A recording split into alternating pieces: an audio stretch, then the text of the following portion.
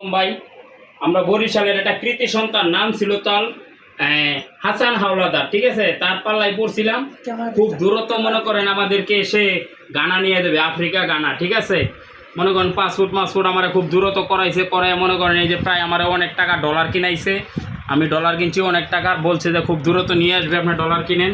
এইভাবে মনে করেন যে প্রায় আমার 3 লক্ষ টাকার মাল সাবানা কিনাইছে, কিনানির পরে সে এখন নিতে পারতেছে না, এখন বলতেছে না আপনাদেরকে আনা হবে না। সে মানে কি ধরনের প্রতারক সিটার যে ভাই, এটা মনে করেন যে নিজের চোখকে না দেখলে, নিজের চোখকে না শুনলে বোঝা যায় না, ঠিক আছে। এগুলো মনে করেন সম্পূর্ণ মাল সাবানা আমার সব কিনাইছে ভাই, ঠিক আছে। আমার একটা গাড়ি ছিল ভাই, গাড়িটা পর্যন্ত বিক্রি করাইছে, খুব দ্রুত বিক্রি করে এলাম কমাইয়া। আপনি তো গানা আইলে খুব লাখপতি হয়ে যাবেন, মাসে মাসে লাখ লাখ টাকা ইনকাম করবেন, ঠিক আছে। এমন ইনকামই করাইছে ভাই, আমি মনে করেন পথের ফকির হয়ে গেছি ভাই, ঠিক আছে। আমার খুব সব কিছু বিক্রি সব দূরত্ব করাইছে, যে এই কাজগুলো করেন আপনারা খুব দূরত্ব নিয়ে আসবো। কিন্তু আমাদেরকে এখন বলতেছে গতকালকার রাত্রে ফোন দিয়ে যে আপনাদেরকে আনা যাবে না, ঠিক আছে। আমি খুব প্যারায় আছি, আপনাদেরকে আনা যাবে না, আপনাদের টাকা পয়সা ভাই পরে দেখতেছি, এই কথা বলতেছে, বুঝছেন। এই অবস্থা দেখেন, আমি কতগুলো টাকা ডলার কিনছি, আমার ডলার আরও আছে ভাই। এই যে দেখেন ডলার যে ওই কিনাইছে, কি কইতাম, মানে হিসাব ছাড়া ডলার কিনাইছে, মানে ডলার এই দেখেন প্রায় আমি ভাই 1,20,000 টাকা ডলার কিনছি ভাই। দেখেন এই যে আমি অনেক ডলার কিনছি, ঠিক আছে, কিন্তু সে আমাদেরকে নিতে পারলো না।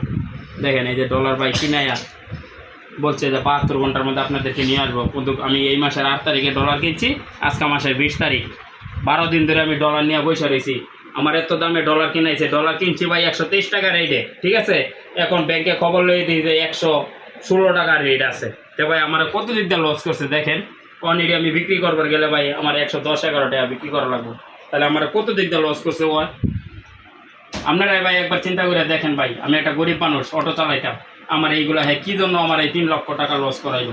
মানে আপনার কথা হচ্ছে যে যারা বিদেশ যায়, ঠিক আছে, তারা যেন সবকিছু সাইড যাচাই বাছাই করে যায় না, বুঝা যেন এইদিকে পা দেয়। যাবেন দালালের পাল্লায় পড়বেন, ঠিক আছে, সব কিছু ভাই এভরিথিং যাচাই জুচাই কইরা ভাই চল্লিশ 2 টাকা বেশি যাক, যে জায়গায় আপনি যাইতে পারবেন নিশ্চিন্ত গ্যারান্টি দিতে পারে, সেই সব জায়গায় যায়েন ভাই।